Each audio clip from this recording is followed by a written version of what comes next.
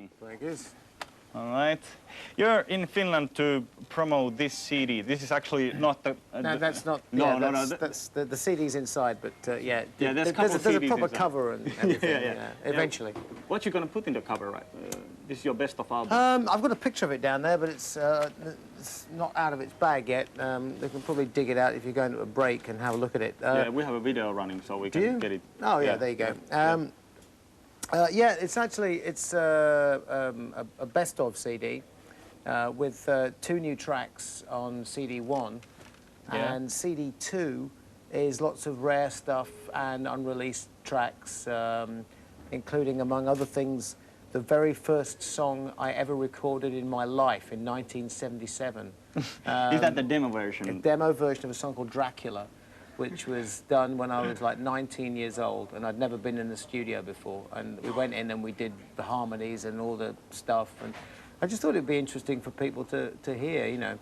And CD2 has stuff. It's got the original version of Bring Your Daughter to the Slaughter on it. It's got a track called The Wicker Man, which is not the Iron Maiden song. It was recorded in 1997 on Accident of Birth sessions with...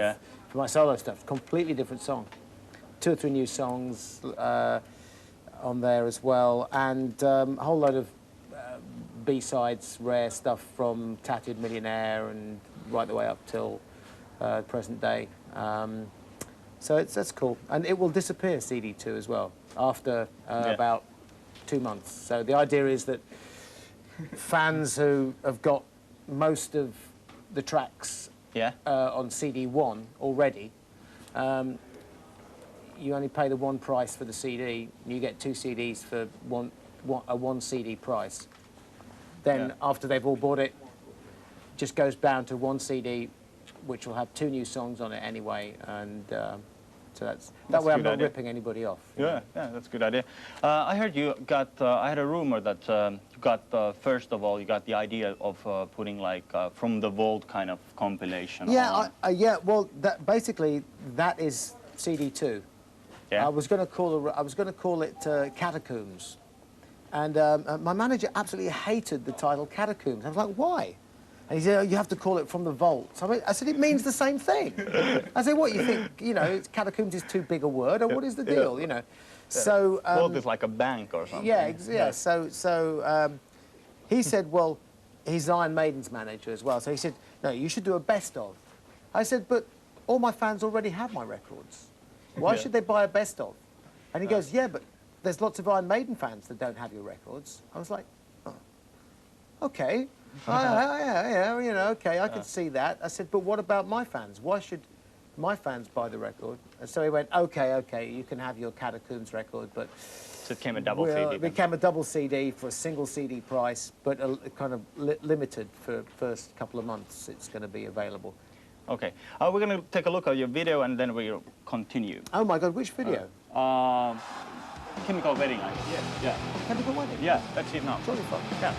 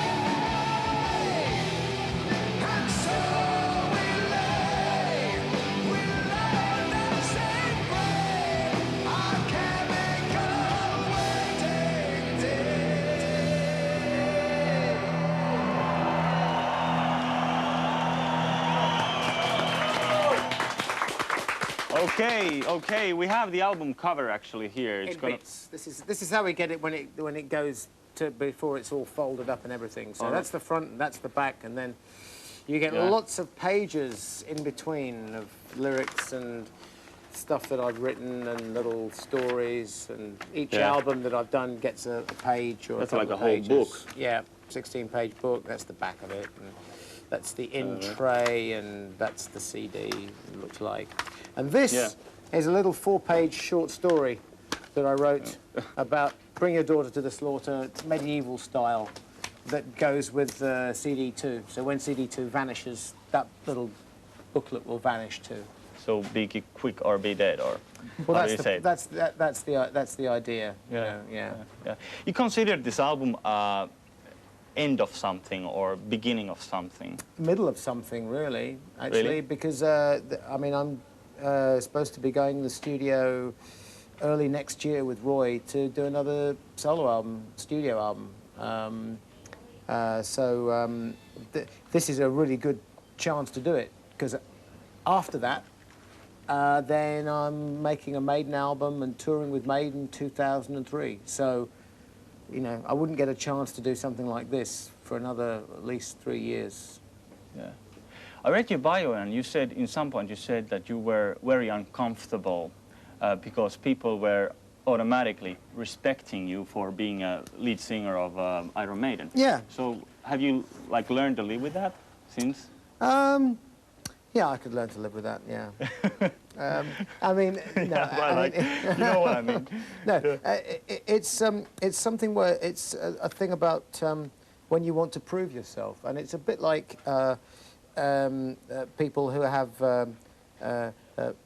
perfectly good jobs, earning lots and lots of money, and they live in a nice, comfortable house, and then they sell it all, and they go and they decide they're going to row a boat across the Pacific or something, and people say, why? Yeah. And they say, because you have to feel alive sometimes and realize that, you know, I really am alive, and the only way you can find that out is not in some soft kind of environment. And, you know, when I left Maiden, that was my equivalent of leaving my comfortable house and deciding to go and try and climb a mountain. You know, you might fall off. All right. But, you know, at least you'd be alive on the way down. Yeah, yeah. Have you ever thought of, you know, leaving all the music and doing completely something else in your life? I did when I was miserable as sin after an album called Skunk Works. Yeah. And I'd split the band up.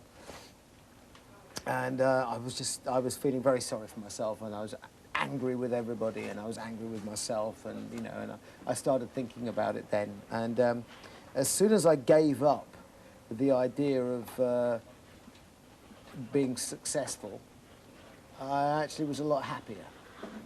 And I went, oh, well, actually, what happens if I'm, you know, all of a sudden not really famous making music? And I was like, well, actually, nothing really bad happens, you know. Yeah. So as soon as I gave up on that idea, I ended up getting famous again.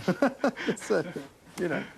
Yeah, you know. yeah. Is that the same point when you said that you almost gave up music as a career? Yeah. You mean just that by it? Yeah, exactly. And I think it's the important thing there is not the gave up music, it's the as a career, because it's that poisons so much. It's the desire you must be commercially successful, or you must sell records, or you must be famous, or, you know, be a rival with somebody else, you know. Yeah. And if you can give up that and just be happy doing what you do and be true to yourself and say, you know, I might not have sold lots of records, but you know what? One, I had a great time. Two, I'm really happy with what I did and I'm proud of what I did. That's it, you know. Yeah. And most times when that happens, you actually end up having, you know, more success anyway, because that's what people are attracted to. You know, they're not attracted all the time to somebody who's really kind of, you know, if somebody says, I really like your album. Oh, no, I don't like your album, then go away. I'm never going to buy anything you do ever again, you know. Yeah. You know, if you get somebody that really loves what they do, it tends to spread itself around. All right. We could go on forever with this, but thank you for coming, Bruce Dickinson. Oh, thank you. It's been a pleasure. All right. Meillä ohjelma jatkuu, mennään mainoskatkolle ja sen jälkeen tullaan takaisin. Hipi!